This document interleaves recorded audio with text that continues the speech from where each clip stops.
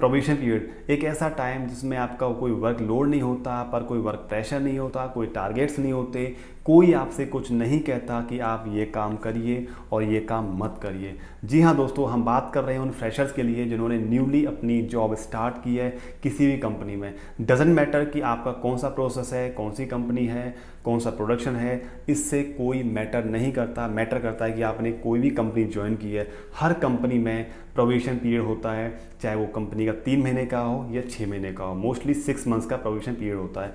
अब इस probation period में एक एम्प्लॉय को क्या करना चाहिए और क्या नहीं करना चाहिए, आज की वीडियो में हम लोग डिटेल में बात करने वाले हैं। तो इससे पहले हम लोग बता दें कि आपको इस तरह की वीडियोस, जो प्रोफेशनल वीडियोस हैं, वो हमारे चैनल पर मिलती रहेंगी और मेरा जो 10 ईयर्स का एक्सपीरियंस है वो मैं आपके साथ शेयर करता रहूँगा। अगर वीडियो अच्छा लगे, कंटेंट अच्छा लगे तो लाइक एंड शेयर करना, एंड अगर आप चैनल पर नए हैं तो उसको सब्सक्राइब भी कर लेना। अगर आपके नियर एंड डियर में कोई ऐसा है जो न्यूली जॉब स्टार्ट किया या उसको इस तरह की नॉलेज की ज़रूरत है तो प्लीज़ ये वीडियो शेयर कीजिएगा, क्योंकि कहते हैं ना, कर भला सो हो भला। तो आपके एक जो शेयर से किसी सामने वाले का भला होता है तो उसका पॉइंट आपको ही मिलता है। तो चलिए स्टार्ट करते हैं प्रोबेशन पीरियड से। प्रोबेशन पीरियड ये हर कंपनी का अलग अलग होता है। अगर कंपनी में कोई ऐसा प्रोसेस है जो छोटा है या कंपनी की पॉलिसीज चेंज है तो कभी कभी कंपनी 3 महीने का प्रोबेशन पीरियड रखती है हर एक न्यूली एम्प्लॉय के लिए, राइट। इस प्रोबेशन पीरियड में कंपनी सिर्फ आपको जज करती है कि आप क्या कर रहे हैं और क्या नहीं कर रहे हैं, क्योंकि हर कंपनी का प्रोसेस होता है कि आपको 3 महीने का टाइम दिया जा रहा है या 6 महीने का टाइम दिया जा रहा है। उस समय तक आपको कंपनी का कोई भी एम्प्लॉय, कोई मैनेजर, कोई भी टीएल कुछ नहीं कहेगा, कोई वर्क प्रेशर नहीं, कोई वर्कलोड नहीं, कोई टारगेट्स नहीं।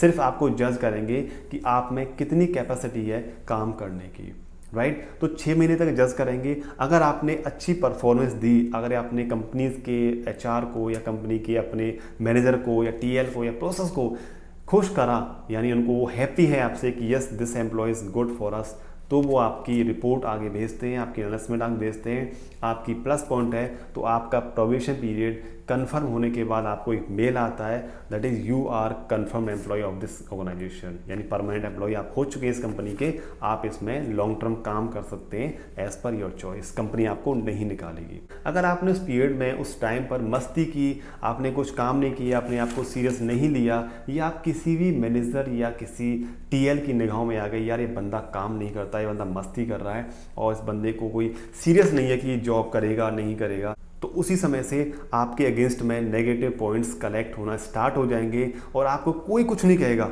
आपसे कोई आकर ये भी नहीं कहेगा भाई तू काम कर रहा है नहीं कर रहा है, कोई कुछ नहीं बोलेगा कंपनी में, कोई भी आपको टोकेगा भी नहीं। सिर्फ आपके पॉइंट्स इकट्ठा हो रहे हैं और आपकी रिपोर्ट आगे एचआर को जा रही है, राइट। तो आपने बहुत बार देखा होगा, अगर आप फ्रेशर हैं, आपके साथ ऐसा कभी हुआ है, तो उस टाइम आपसे कोई कुछ नहीं कहता है, ये बस आपको जज किया जाता है। क्योंकि क्या होता है, कंपनीज में आपसे कोई लड़ेगा नहीं, कोई आपको टोकेगा नहीं, कोई डांटेगा नहीं उस टाइम तक। जैसे ही वो टाइम पूरा हो जाएगा, फाइनली वो रिपोर्ट आएगी। अगर आपकी पॉजिटिव है, आप अच्छे से काम कर रहे हैं, एचआर की निगाहों में आप अच्छे हैं, तो आपको कंपनी में रखेंगे, otherwise Radhe Radhe. Probation period को बेहतरीन बनाने के लिए, अपनी परफॉर्मेंस को इम्प्रूव करने के लिए आपको इन 5 पॉइंट्स को ध्यान रखना है। पहला पॉइंट, जब आप किसी कंपनी में हायर होते हैं, राइट, तो आपको ओवर वैल्यूड नहीं होना है। आपके अंदर जितना टैलेंट है उस टैलेंट को स्टेप बाय स्टेप शो करना है। आपने ऐसा नहीं कि आप गए फर्स्ट डे और आपने पूरा टैलेंट दिखा दिया कि यार मुझे ये भी आता है, ये भी आता है, मैं इतना काम कर लूँगा, इतना काम करूँगा। ऐसा नहीं करना है। ऐसा करने से आप ओवर वैल्यूड हो जाएंगे और आपकी परफॉर्मेंस आपके अगेंस्ट चली जाएगी। ज़्यादा भी नहीं करना है, बी इन लिमिट, राइट। जितना आता है ठीक है sir, I can do it, but be in limit. ऐसा करेंगे तो आपकी जो परफॉर्मेंस है वो एक स्टेबिलिटी के रूप में चलती रहेगी। सेकेंड पॉइंट, आपका जो काम करने का तरीका है वो एक सिस्टमेटिक होना चाहिए। आपने ऐसा नहीं कि आज आपने काम दे दिया 100%, कल आपका 50%, फिर आपने दे दिया 80%, फिर आपका 40%। ऐसा भी नहीं होना चाहिए। आपकी जो काम करने की जो कैपेसिटी है, काम करने का तरीका है, वो स्टेबल होना चाहिए। आपका step by step stairs group होना चाहिए। अगर आपने आज 20% किया है तो कल आपका 30%, 25% या 35%, इतना होना चाहिए, ज़्यादा नहीं करना है। किसी भी कंपनी में अगर आपने आज 20% दे दिया, कल आपने 100% कर दिया और फिर परसों आपका डाउन हो गया, तो मैनेजर आप पर नेगेटिव पॉइंट क्रिएट कर देगा कि आपने उस दिन ऐसा किया तो आज आप क्यों नहीं कर पा रहे हैं, इसका मतलब आपके अंदर कमी है। ठीक है, तो आपको ये पॉइंट्स बहुत अच्छे से ध्यान रखने हैं। Third point, that is very important, आपको ट्रेनिंग में फोकस करना है ट्रेनर पर। ट्रेनर से कभी पंगा नहीं लेना है, क्योंकि प्रोबेशन पीरियड में ही आपकी ट्रेनिंग होती है और उसी में आपके सारे पॉइंट्स फोकस किए जाते हैं। ट्रेनर से पोलाइट वे में बात कीजिए, जो वो पढ़ा रहा है उस पर फोकस कीजिए। चाहे आपका ट्रेनर आपसे बेशक आपसे एज में छोटा हो, कभी कभी होता है कि आपसे एज में छोटा मिल सकता है ट्रेनर, उससे पंगा मत लीजिए, क्योंकि ट्रेनर ने अगर आपकी एक बार भी नेगेटिव रिपोर्ट भेज दी, उस पर ही आपके बहुत सारे पॉइंट्स बढ़ जाएंगे और आपकी नेगेटिव परफॉर्मेंस होती चलेगी, बेशक आप 100% दे रहे हैं। तो आपको अपने ट्रेनर के साथ में पोलाइट वे में बिहेव करना है। वो आपसे खुश रहेगा तो आपकी ट्रेनिंग सक्सेस हो जाएगी एंड आपकी परफॉर्मेंस भी इंप्रूव हो चली जाएगी। Fourth point that is very very important, your behaviour. Behaviour एक ऐसी चीज़ है जो हमें एक अच्छा बनाती है और बुरा बनाती है। अगर आप न्यूली हायर्ड एम्प्लॉय हैं किसी भी ऑर्गेनाइजेशन में, तो बिहेवियर पर बहुत ज़्यादा फोकस करना है अपने, क्योंकि बिहेवियर ही आपका अच्छा बना देगा और बिहेवियर ही आपका बुरा बना देगा। आपको अपने कलीग्स के साथ, अपने बॉस के साथ, अपने ट्रेनर के साथ में पोलाइट बिहेवियर रखना है, अकड़ टाइप का नहीं रखना है। बेशक आपको बहुत कुछ आता है, लेकिन आपको बिहेवियर पोलाइट रखना है। आपको एनवायरनमेंट के साथ चलना है, आपको कलीग्स के साथ चलना है, जैसे आपके कलीग्स हैं उनके साथ चलना है। आपको चाहे बहुत कुछ आता हो, पूरी ट्रेनिंग आती है, बट आपको ओवर वैल्यू नहीं होना है।